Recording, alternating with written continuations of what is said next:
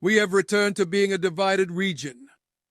It is more focused on external matters than on its own internal well-being. We allow outside conflicts and ideological disputes to impose themselves upon us. The threats of political extremism and the manipulation of information are becoming an integral part of our daily lives. We're just going from meeting to meeting, filled with ideas and initiatives that never quite get off the ground. Brazilian President Luiz Inacio Lula da Silva called for an autonomous project of regional integration, urging Latin America to stop looking outward and start acting together. Lula warned that political extremism and information manipulation are fracturing cooperation, weakening institutions like CELAC, and paralyzing the region's ability to respond to global crises. He said foreign conflicts and ideological battles are now shaping Latin America's agenda, while internal unity continues to erode. Meanwhile, Panamanian President José Raul Mulino delivered a stark warning of his own, describing the global situation as the tense antechamber of a great storm. Mulino urged Latin American nations to unite as a single economic bloc, arguing that only collective strength can counter de facto global power and deep-rooted economic asymmetries. We have returned to being a divided region. It is more focused on external matters than on its own internal well-being. We allow outside conflicts and ideological disputes to impose themselves upon us. The threats of political extremism and the manipulation of information are becoming an integral part of our daily lives. We're just going from meeting to meeting, filled with ideas and initiatives that never quite get off the ground. The only organization that encompasses all the countries of Latin America and the Caribbean, CELAC, it has become paralyzed. Despite the considerable efforts of our dear President Petro, CELAC cannot even produce a single statement against illegal military interventions, which continue to destabilize our entire region. We were simply not able to effectively confront, in a truly coordinated manner, major systemic challenges, such as the COVID-19 pandemic. We are slowly advancing in the fight against transnational organized crime. The fight against global warming still suffers from a lack of more robust and stronger collective action. These current challenges bring back to the forefront the fundamental question of the appropriate model for possible regionalism for the regions of Latin America and the Caribbean. In a global context marked by the breakdown of the liberal order and the reemergence of protectionism and unilateralism, we cannot afford to rely on an integration model that barely reflects our own realities. We should look to the European Union as a positive point of reference, but without ignoring all the historical, economic, and cultural differences. The considerable weight of national identities renders any undertaking of a magnitude comparable to the European model initially unfeasible, at least in the short term. The geographical proximity to the world's most significant military power serves as yet another unavoidable point of reference, whether through its presence or through its absence, especially in a context where hegemonic temptations are resurfacing.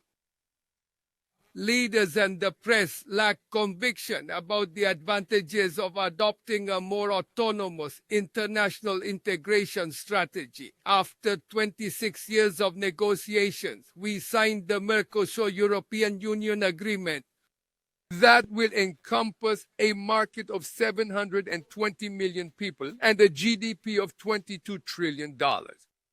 We will expand our trade agreements with India and Mexico. We resumed efforts with Canada and advanced negotiations with the United Arab Emirates. We adopted frameworks to negotiate a strategic partnership with Japan and tariff preferences with Vietnam.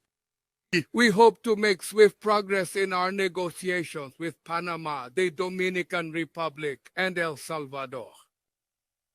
We will also update the Mercosur agreements with Colombia and Ecuador. Brazil defends the neutrality of the Panama Canal, administered efficiently, safely, and non-discriminatorily for almost 3 decades.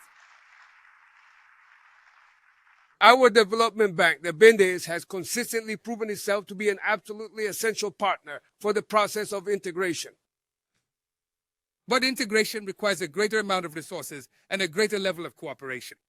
It is absolutely essential to mobilize multilateral and regional banks such as CAF, FUNPLATA, and PID, along with the new BRICS Development Bank, in order to transform these initiatives into a tangible reality.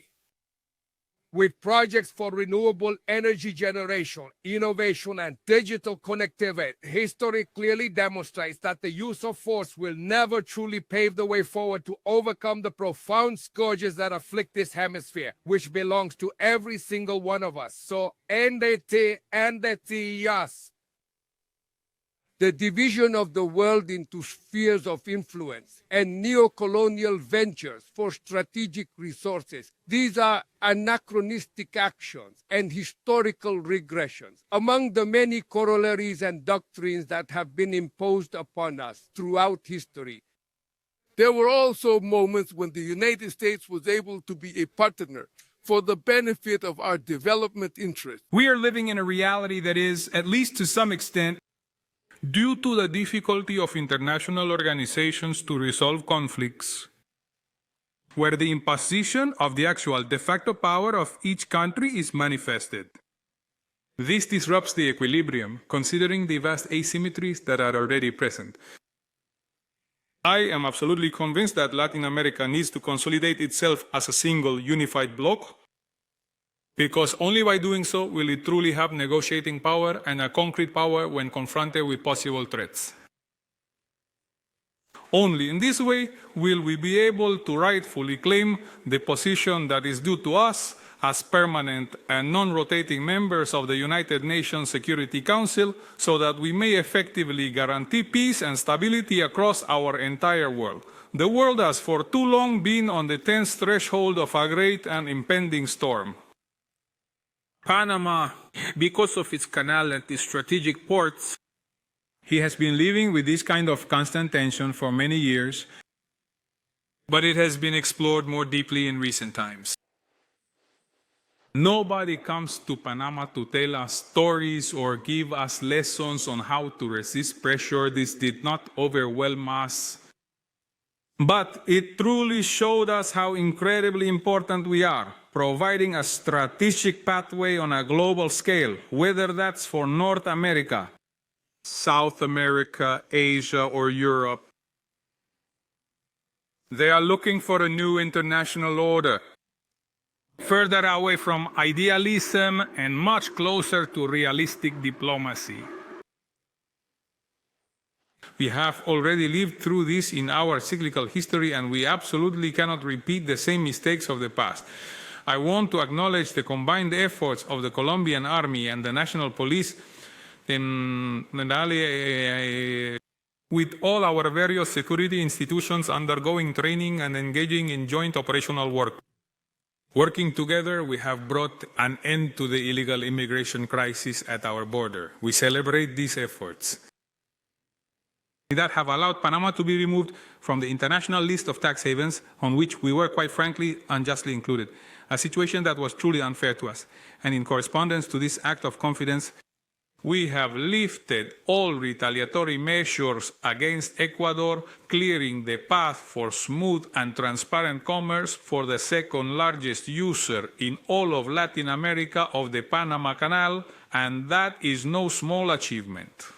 We place our canal and strategic position at your disposal, so you can export to the world the excellent products your countries have. Let's work together and remain united as we are today, strengthening our economies, our friendships, and our standing before the world to establish a counterweight of peace, dialogue, and global equilibrium.